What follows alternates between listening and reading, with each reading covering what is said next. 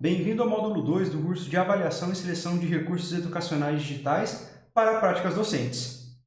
Neste módulo 2, a nossa agenda basicamente contempla os recursos educacionais digitais, só retomando os conceitos já vistos nos primeiros encontros, e especificamente vamos falar de avaliação de recursos educacionais digitais, por meio de uma metodologia baseada em 9 parâmetros da CIEB.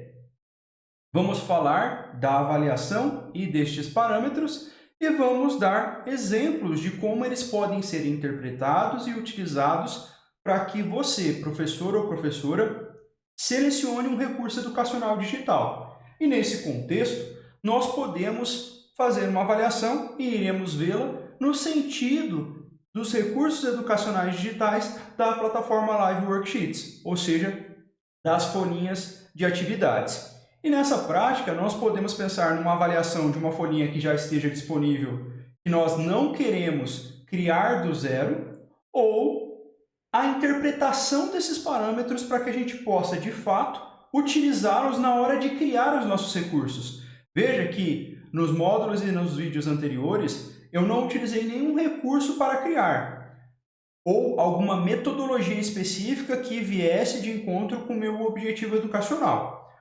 O meu objetivo ali era exemplificar o uso da ferramenta e dos recursos disponibilizados ali para permitir a criação de um recurso educacional digital.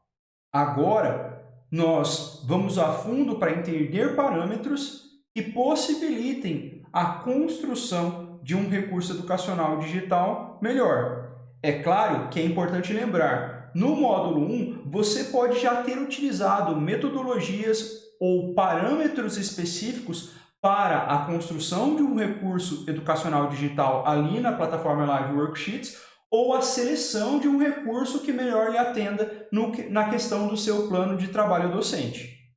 Então, a aplicação e a aprendizagem deste método neste módulo não exime a possibilidade de você ter utilizado já um método que tenha aprendido em outros contextos e aplicado na hora da seleção do seu recurso educacional digital. O objetivo do curso como um todo tem como foco justamente ensinar como avaliar e selecionar recursos, mas isso não impede que você já tenha utilizado e já saiba algum método de avaliação que lhe propicie a seleção de recursos educacionais digitais que se enquadram e atendam às suas práticas docentes.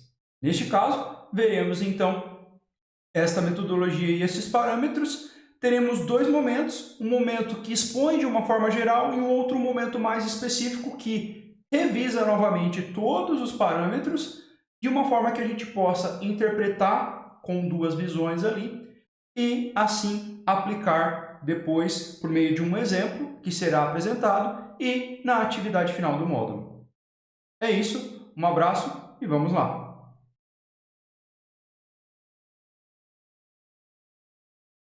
Então, aqui, fazendo uma pequena revisão, os recursos educacionais digitais, os REDs, são todos e quaisquer arquivos digitais que podem ser mencionados como um recurso.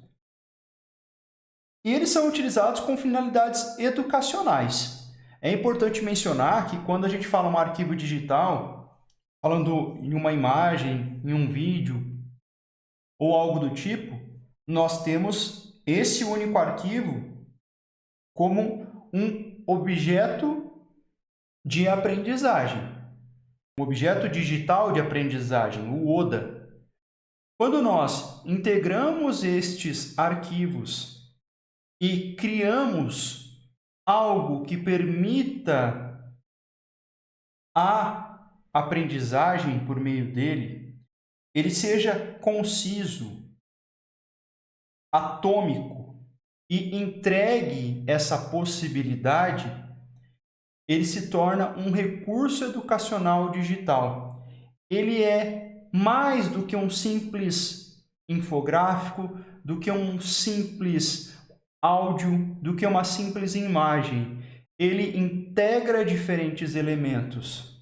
No caso, por exemplo, do Live Worksheets, da folhinha que nós vimos, existe a possibilidade de você colocar atividades ou áudios, colocar vídeos, links, criar as atividades, coletar respostas, corrigir essas respostas e assim por diante. Então, a caracterização de um recurso educacional digital vai além de um objeto digital de aprendizagem, de um ODA. Então, essa é a grande diferenciação. E aí, para que nós possamos selecionar recursos que venham de encontro com a nossa prática didática, nós precisamos obrigatoriamente, a prática didática, a prática pedagógica, né, ou didático-pedagógica, no caso, nós precisamos obrigatoriamente analisar esses recursos indo de encontro com o nosso objetivo educacional dentro do tópico que estamos trabalhando nas nossas disciplinas. E aí, para providenciar essas avaliações de REDs, eu deixo 2 questionamentos. É importante avaliar os REDs que são utilizados nas práticas pedagógicas? Faz sentido a gente avaliar? E será que existem critérios formais para essa avaliação? Um método que nos auxilie neste processo? E aqui é importante responder que sim. É importante avaliar, nós precisamos fazer essa avaliação até mesmo dentro do contexto das metodologias que nós utilizamos, a maneira como nós temos se portado, comportado, entrega de materiais, os recursos de avaliação, a forma como nós instruímos nossos alunos, como eles têm o protagonismo em sala de aula ou não. Nós estamos em constante avaliação, tanto nós em relação ao nosso processo didático-pedagógico adotado nas nossas aulas, as metodologias que nós adotamos, quanto em relação aos recursos que nós vamos utilizar. E aí eu falo de recursos em geral, materiais didáticos, equipamentos e assim por diante. Nesse contexto faz todo sentido termos uma avaliação para os recursos educacionais digitais, que também são recursos que são utilizados dentro da nossa prática docente. Agora, a questão dos critérios formais, eles podem ser criados. Nós podemos partir de pesquisas e estudos, avaliar diferentes recursos que já existam e métodos, critérios que já existam para outros contextos e trazer adaptação. O grande detalhe é que, ao criar um método específico, nós precisamos ter uma validade, uma validação em relação a isso. E o que a gente traz aqui é justamente a apresentação de critérios que já foram construídos com base em outros critérios. Ou seja, nós já temos algumas outras metodologias, como a LORE, para Learning Objective Research, para fazer a avaliação, né, de objetos de aprendizagem aí, de recursos educacionais. E, nesse caso, a gente consegue utilizar, foi o que no caso a CIEB fez, reutilizou esses métodos e adaptou eles para o contexto do Brasil. Por que do contexto do Brasil? Porque eles foram traduzidos. E aí, então, basicamente, eu já estou introduzindo o formato, né, de seleção dos recursos educacionais. Por que a gente precisa? Porque é uma competência que os professores devem ter. Nós precisamos entender isso. Visto que, justamente, temos várias tecnologias disponíveis e uma gama ampla de recursos educacionais que podem ser utilizados no processo de ensino-aprendizagem. E aí, o professor tem que ser capaz de avaliar e compartilhar a sua opinião sobre os recursos educacionais digitais. Não é simplesmente nós identificarmos um recurso, acharmos que ele é mediano para o nosso contexto e simplesmente aceitarmos. Nós temos que procurar recursos melhores ou até mesmo criar os nossos próprios recursos para que a gente possa entregar valor para os alunos. E aí, essa questão do saber opinar sobre os recursos também entra no contexto da avaliação. Se eu consigo opinar, eu também consigo compartilhar esse meu conhecimento com outros colegas e juntos nós conseguimos formar ou selecionar recursos educacionais que sejam mais significativos, que sejam mais efetivos no processo de aprendizagem, do engajamento do aluno, já que também estamos falando do processo de utilização por meio de recursos tecnológicos, especificamente tecnológicos digitais via computador. Então, faz-se necessário exatamente entender essa dinâmica. E aí o professor tem que obrigatoriamente ter competência em selecionar de modo relevante para os seus estudantes e com um alinhamento aos seus objetivos de aprendizagem. Estes não são os dois únicos fatores que nós devemos tomar como parâmetro ou como base para se ter a competência de selecionar os recursos educacionais digitais, mas são dois principais aí que merecem destaque. Adicionalmente, eu posso também ter a questão da consistência e fidedignidade. Eu estou consistindo aquele recurso de acordo com a minha necessidade, com o meu objetivo, com uma deficiência de aprendizagem que o aluno apresentou, então eu forneço um recurso para fortalecer, para melhorar a aprendizagem daquele déficit de aprendizagem em determinado tópico. Utilizem tecnologias robustas. Nós podemos pensar em tecnologias que estejam disponíveis ali em dispositivos móveis, em computadores e assim por diante. E que também seja simples e intuitivo, já que o aprendizado de uso não pode impactar o processo de aprendizado do conteúdo. Vamos lá. Recursos educacionais digitais devem ser utilizados com parcimônia, tecnologia em si, certo? E nós devemos pensar que o uso dessa tecnologia para que eu aprenda, para que eu a utilize, o aprendizado para ter esse domínio, para utilizar ele depois, para que eu aprenda um determinado conteúdo, ela tem que ser mais simples do que a aprendizagem necessária para eu entender o conteúdo. Porque nós temos aí também uma grande implicação. Vamos dizer que eu tenho uma curva de aprendizagem muito grande, muito ampla para entender o uso da tecnologia. E posterior a isso eu tenho uma curva de aprendizagem ainda mais elevada para entender o conteúdo. O meu aluno, no momento que ele vai, de fato, chegar ao conteúdo depois de ter aprendido a utilizar aquele recurso, pode gerar justamente um cansaço e uma sensação aí de frustração. E a frustração dentro da computação afetiva, por exemplo, leva a um déficit de aprendizagem, como já várias pesquisas relatam essa indicação.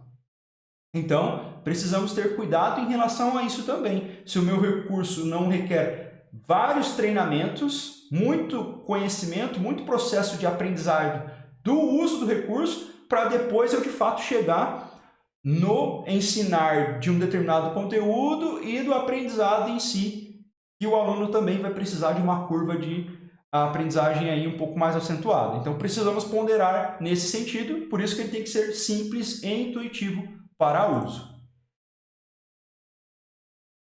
E aí, indicar a qualidade e a usabilidade desse material pedagógico deve ser baseada em vários parâmetros. Para que a gente consiga fazer essa indicação de qualidade, olha, realmente esse recurso é importante, ele pode ser utilizado ou não pode, ele tem uma usabilidade boa, eu consigo ter uma facilidade de uso, eu consigo interagir, meus alunos conseguem utilizar sem demasiado esforço para entendê-lo, isso traz uma melhora no processo e também no recurso que eu estou usando. E aí, nesse contexto, as organizações de diversos países, como a Inglaterra, Noruega, Canadá, eles desenvolveram parâmetros com o intuito de auxiliar o professor na seleção dos recursos educacionais. O CIEB, especificamente, que é, no caso, o Centro de Inovação Educacional Brasileiro, ele, com base em um método já bem utilizado em outros países, de forma internacional aí, concebeu parâmetros para que possam ser, então, utilizados. O principal método aí utilizado, adotado para a concepção desses novos parâmetros e perguntas ali pelo CIEB, foi o LORI, que é um instrumento de revisão de objetos de aprendizagem, o Learning Object Review Instrument. E aí que está, Aqui nós temos a palavra objetos de aprendizagem. Como mencionei, um recurso educacional digital, ele possui mais recursos, ele integra diferentes objetos de aprendizagem, mas ainda assim a avaliação, o olhar para esses recursos educacionais digitais se assemelha e muito ao olhar para um objeto de aprendizagem. O único detalhe é que, enquanto um objeto de aprendizagem é menor, um recurso educacional digital é maior. A granularidade dele é maior, ele vai ter obrigatoriamente mais elementos, porque ele junta diferentes objetos de aprendizagem. E aí, no caso, nós podemos fazer essas avaliações de recursos educacionais digitais. Qual que é o objetivo desses parâmetros, né, em relação à concepção por meio do centro aí brasileiro? Então, o principal objetivo é definir parâmetros simples e rápidos que não requeiram conhecimentos especializados sobre tecnologia. E isso, aqui a gente pode abrir um parênteses importante, porque nós, como professores, e muitos professores que não são da área da tecnologia, acabam tendo dificuldades em adotar tecnologias para o seu uso diário e seus usos nas práticas em sala de aula. E aí, nesse contexto, ter parâmetros que sejam simples e fáceis de entendimento, que eu não preciso de um esforço cognitivo tão alto para poder entender uma curva de aprendizagem, ter que ler vários livros, vários artigos, vários materiais para poder entender, se torna algo que possa, inclusive, facilitar e modificar muitas vezes o meu modo de pensar em relação a tecnologias, e em especial os recursos educacionais digitais. Então, esses parâmetros, este método, na verdade, com esses 9 parâmetros, foi selecionado para este curso especificamente por ser simples e rápido. É o que a gente busca aqui, conseguir ensinar para você esses parâmetros para que eles sirvam como meios de você olhar para um recurso educacional digital e identificar se de fato ele atende ou não, e inclusive como ele está relacionado com outras tecnologias e com os perfis dos alunos que vocês têm, que a gente tem. Então, isso também faz parte dos parâmetros. Não é simplesmente olhar o recurso. Eu não posso isolá-lo do contexto geral que ele está presente. E, indo além, nós não temos só o currículo, o nosso plano de trabalho docente, nós temos também a questão, por exemplo, da regionalidade, da parte social que envolve o meu aluno, das fragilidades que eu tenho no contexto socioeconômico. Então, eu tenho diferentes elementos aí que são importantes quando a gente leva isso ao contexto de uma prática. Por exemplo, eu não posso selecionar um recurso educacional digital que só vai ser executado em um aparelho extremamente caro, por exemplo, se os meus alunos não têm esse recurso, eles não têm disponibilização desse aparelho, e a escola também não tem como fornecer, então não faz sentido eu selecionar um recurso dessa forma. E é isso que eu menciono em relação à comparação e à identificação do quão esse recurso está presente e entrelaçado com as tecnologias que eu tenho ao meu entorno, que eu tenho na minha instituição de ensino e que eu posso, então, permitir, e que pode, que permite que eu possa selecionar aquele recurso para aplicar com os meus alunos. Os parâmetros me ajudam também a enxergar desta maneira. Por isso que são importantes e, é claro, pode ser que você já conheça parâmetros que satisfaçam também essas necessidades.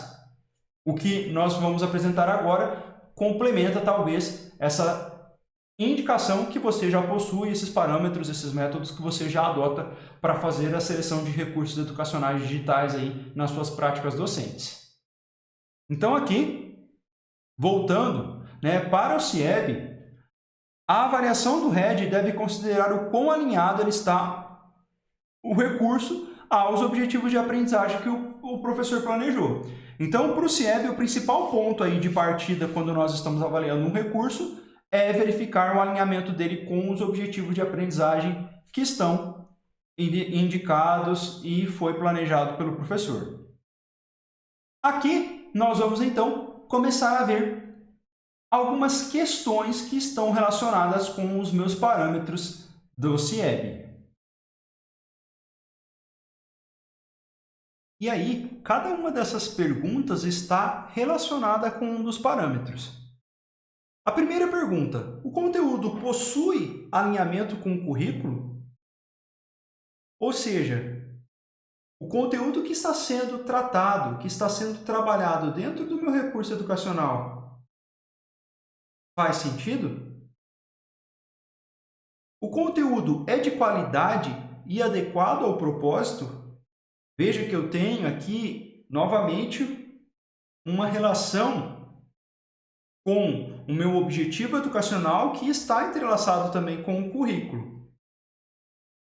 3. O recurso educacional possibilita métodos pedagógicos inovadores, promovem o engajamento e facilitam o aprendizado?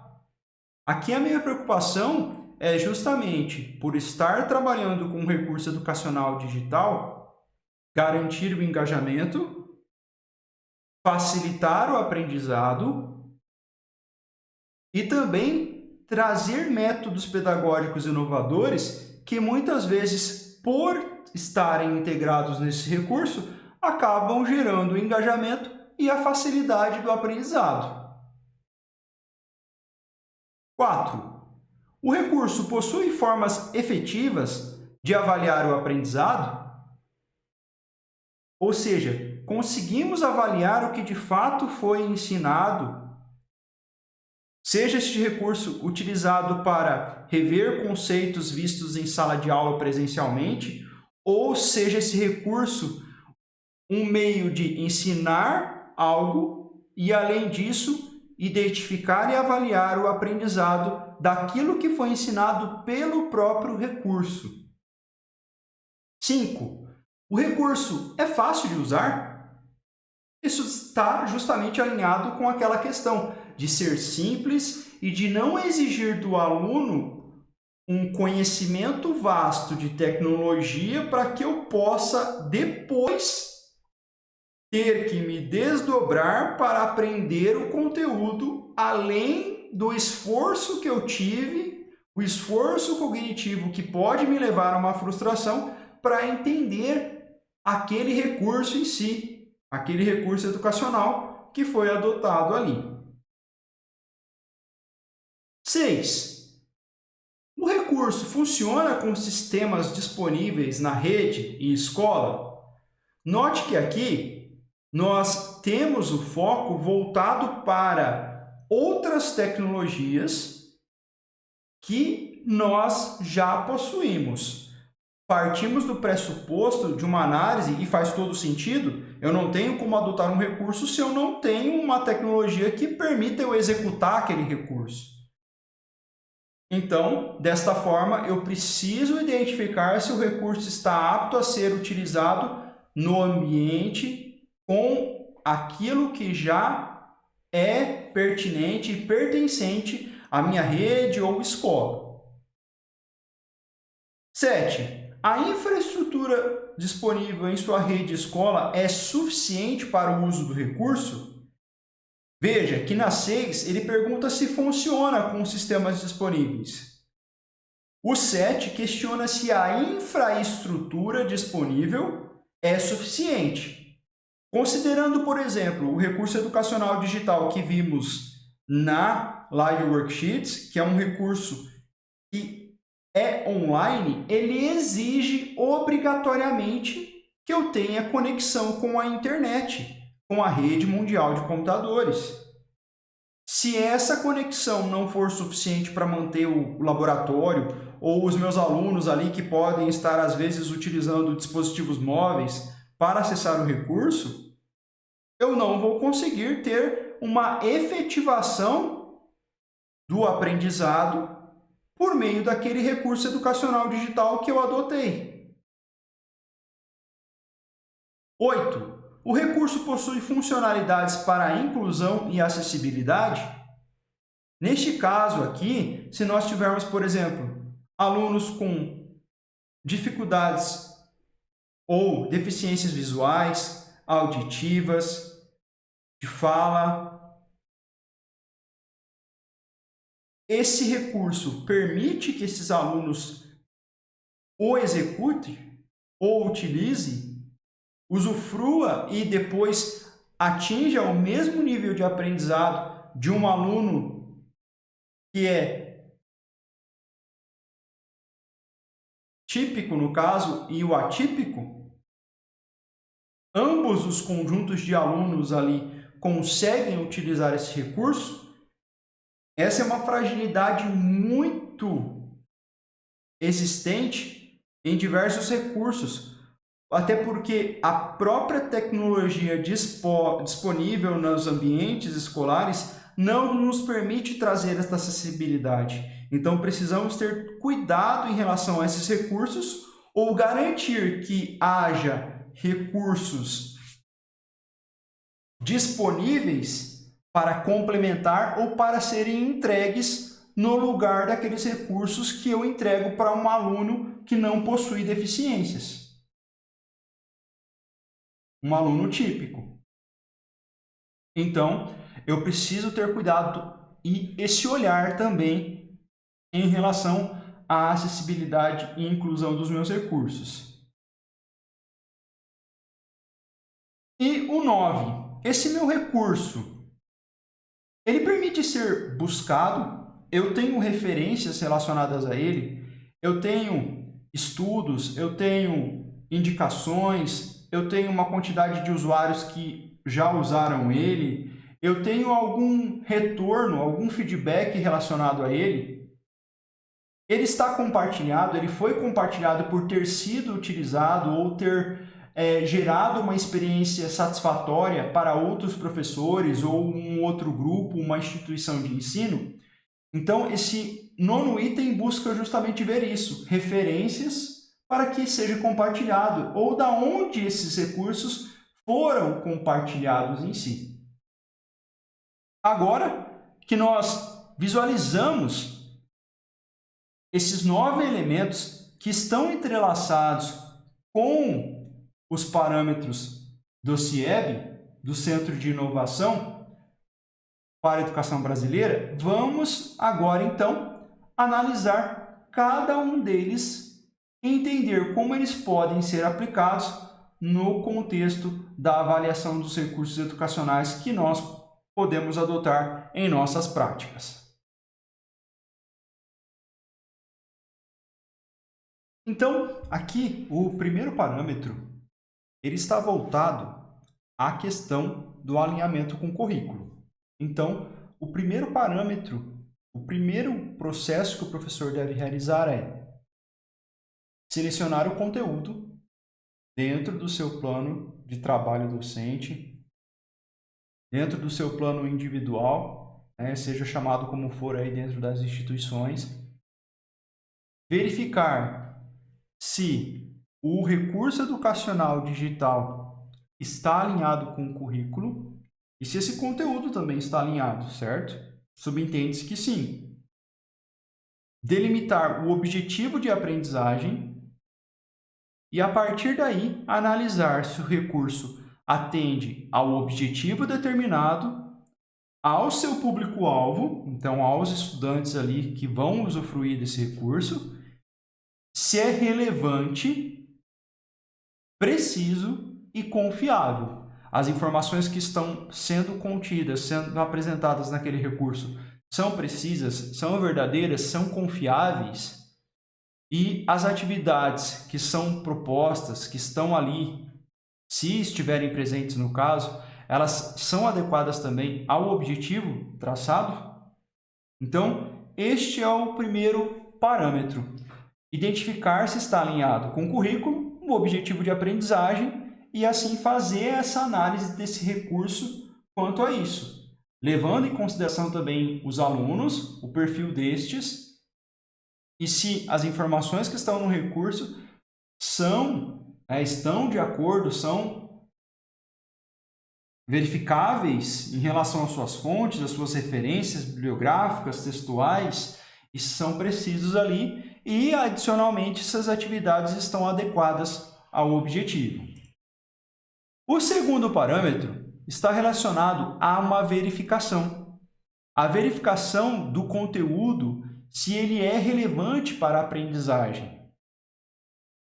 Se o conteúdo que está presente dentro do meu recurso. Consequentemente, os recursos também possuirão imagens, áudios e vídeos, e estes também devem ser analisados o quão adequados são ao público e ao contexto de seu uso. Adicionalmente, devemos também olhar a qualidade gráfica, textos, imagens e vídeos e a parte sonora de áudios. ele deve favorecer a compreensão do conteúdo, independentemente da plataforma a que se destina. Se vocês se recordarem, em um dos vídeos da plataforma Live Worksheets, no primeiro deles, onde eu estava mostrando e nos familiarizando com a plataforma, eu mencionei que um dos recursos estava com uma letra um tanto quanto embaçada, desfocada. Isso se refere, por exemplo, ao contexto da qualidade gráfica daquele recurso.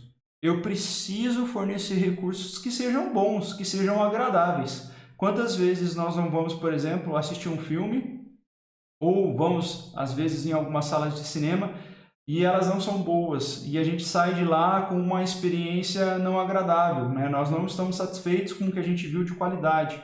Então, é importante isso também, que traz um maior conforto para o aluno e também depois para nós no processo de correção e de feedback, aí, dependendo do tipo de recurso a ser utilizado.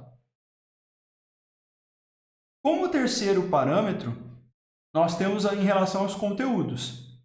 Eles devem possibilitar o emprego, a utilização, a adoção de métodos pedagógicos inovadores e promover o engajamento, facilitando a aprendizagem. E ainda, complementando essa questão, o recurso ele também deve fornecer suporte para diferentes métodos de ensino, seja o ensino híbrido, o aprendizado através de desafios, aprendizagem autônoma, sala de aula invertida e assim por diante. É claro que os recursos geralmente são direcionados a um determinado método de ensino, mas eu preciso identificar se ele atende o método que eu estou adotando no meu contexto, no meu plano de trabalho, para aquela aula e para aquele tópico. Adicionalmente, eu devo possibilitar o uso, que seja individual ou em grupo, facilitando a aprendizagem e o aumento do engajamento. O meu recurso educacional precisa estar ali sendo utilizado para também aumentar o engajamento. Eu quero fazer com que os alunos estejam motivados, estejam interessados em trabalhar aquilo. Porque senão não haveria propósito em eu procurar um recurso digital. Eu poderia continuar, por exemplo, com as minhas folhinhas analógicas impressas. Mas será que ela traz o mesmo nível de engajamento de um aluno? E outra, eu tenho alguns outros benefícios, por exemplo, do aluno no computador, mexendo com o mouse, o aluno utilizando a sua mão para mover determinados elementos na tela. Eu tenho, um aprendizado também no contexto das interações e do engajamento também físico que aquilo envolve ao aluno. Ele vai estar também se desenvolvendo de forma a permitir uma melhor adaptação do uso das tecnologias posteriormente. Quarto parâmetro. O recurso digital educacional ele deve permitir avaliar se o estudante está ou não aprendendo, e essa avaliação deve ser realizada de diferentes maneiras. Por exemplo, poucas atividades em diferentes etapas, avaliação informal, autoavaliação ou avaliação em grupos ou em pares, uma avaliação formal que mede o nível de desenvolvimento alcançado pelo estudante. Então, é claro, depende do propósito do meu recurso educacional, e isso tem que ser avaliado em cada contexto. Ele também vai ter que ser avaliado no contexto do que ele oferece, como ele permite eu avaliar a aprendizagem do meu aluno depois.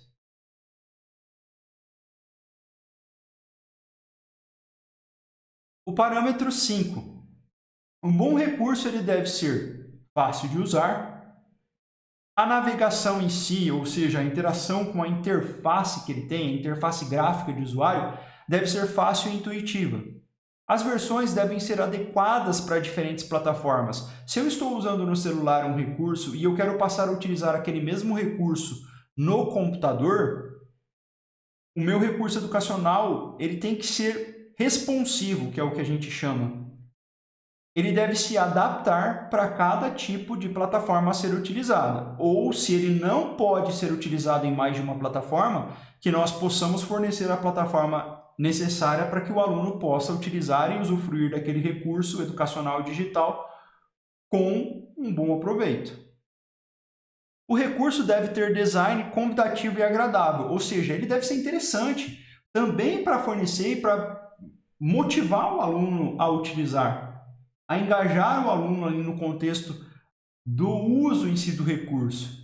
E seu uso não deve influenciar no momento do estudante.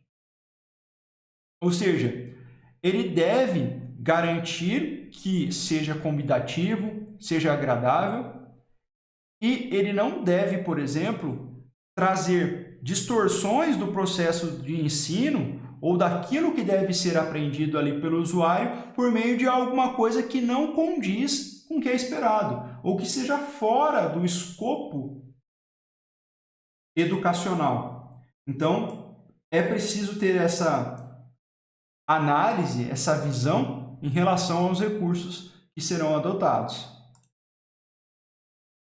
Parâmetro 6. É necessário que o professor conheça os sistemas utilizados em sua rede ou escola, as diferentes formas de uso do recurso com seu estudante e o potencial de integração do recurso com os sistemas da escola. No Paraná, por exemplo, nós temos uma plataforma educacional específica que os professores da rede pública entregam os conteúdos. Essa plataforma está apta a eu poder entregar e integrar o meu recurso educacional digital para o aluno? Eu consigo permitir essa utilização de forma agradável? O sistema que eu uso e também os meus alunos atendem à integração desse recurso? E nessa mesma linha, enquanto o professor deve saber se o meu recurso ali pode ser executado dentro do que a instituição me oferta, ele também deve verificar se a infraestrutura disponível na escola é suficiente para o uso do recurso. Aí entra os tipos de dispositivos, velocidade da conexão com a internet da escola e dos estudantes. Veja que aqui não há uma preocupação somente com a escola, mas se eu forneço o recurso educacional e solicito alguma atividade, alguma interação nesse recurso para os alunos realizarem em suas residências, será que esses alunos possuem o acesso à internet necessário para que ele possa usar esse recurso? Ainda a respeito do sistema operacional, do navegador, a disponibilidade de software, tamanho da tela, garantia de segurança e política de privacidade que não violem dados e privacidade do estudante. Agora, com a Lei Geral de Proteção de Dados, devemos nos preocupar com esse tipo de recurso que possa vir a solicitar informações pessoais e essas informações pessoais depois serem vazadas.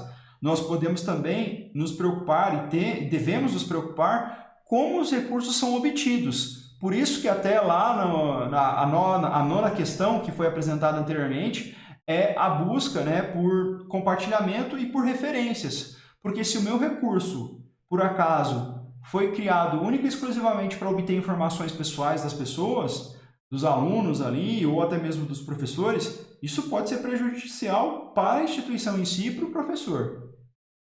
Então, é uma questão que deve ser verificada. Se nós estamos usando recursos educacionais disponíveis em plataformas do governo, por exemplo, isso daí é garantido ali que haja um mínimo de segurança em relação aos dados.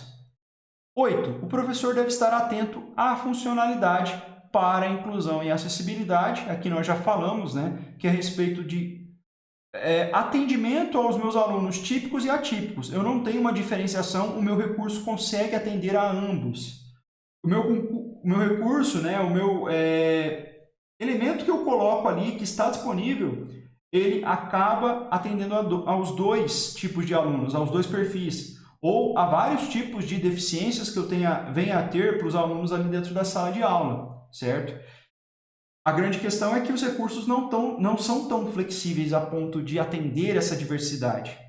Então, muitas vezes, nós teremos que adaptar recursos, criar recursos, ter recursos de sobra ou disponíveis para atender determinados perfis de alunos. E talvez esse atendimento dos perfis de alunos não sejam necessariamente aqueles que têm, por exemplo, alguma deficiência auditiva, física, mas também algum problema no processo de aprendizagem em si, certo? TDAH e assim por diante. E nono, é importante que o professor busque referências sobre a reputação do recurso. Todos os recursos geralmente têm autores, tem uma instituição ou empresa que forneceu o recurso. E aí, se você não conseguir essas referências, analisar outros recursos do autor, da instituição ou da empresa, analisar as avaliações e comentários na plataforma, porque geralmente esses recursos são disponíveis em alguma plataforma, como é o caso do Live Worksheets, e conversar com outros professores que já utilizaram o recurso. Entendido, então, os 9 parâmetros, cada um deles possui instruções simples e diretas que vão ser levadas em consideração no momento da avaliação. E no CIEB, o Centro de Inovação propõe que, para cada um desses recursos, quando eu vou analisar o meu recurso educacional digital, para cada um desses parâmetros, melhor dizendo, eu vou pontuar ele de 1 a 5. Essa pontuação, essa escala, ela é chamada de Likert. Então, ela vai de 1 a 5. Essa escala, ela vai permitir um processo de avaliação para demonstrar o quão alinhado o recurso está aos objetivos de aprendizagem e vai considerar a clareza, a adequação ao público e a confiabilidade do conteúdo, como nós vimos nos 9 parâmetros ali.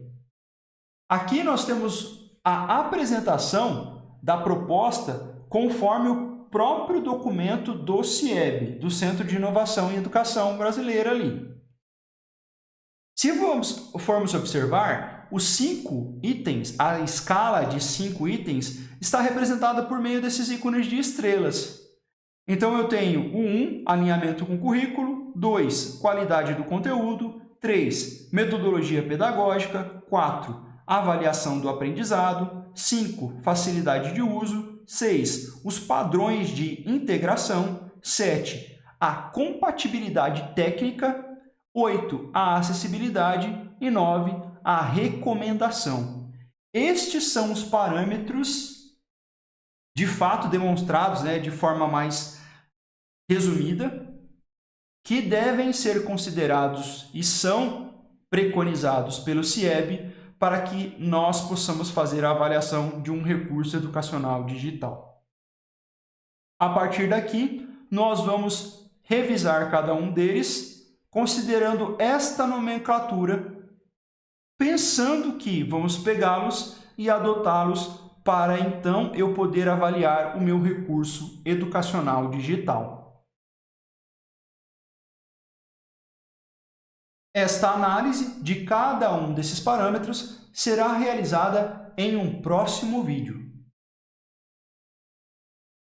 Eu deixo como recomendação que vocês reassistam novamente essa primeira parte antes de seguir para os parâmetros em si e a forma como ela é apresentada. No próximo vídeo, também veremos uma aplicação prática desses parâmetros para avaliar um recurso educacional digital do tipo folhinha digital.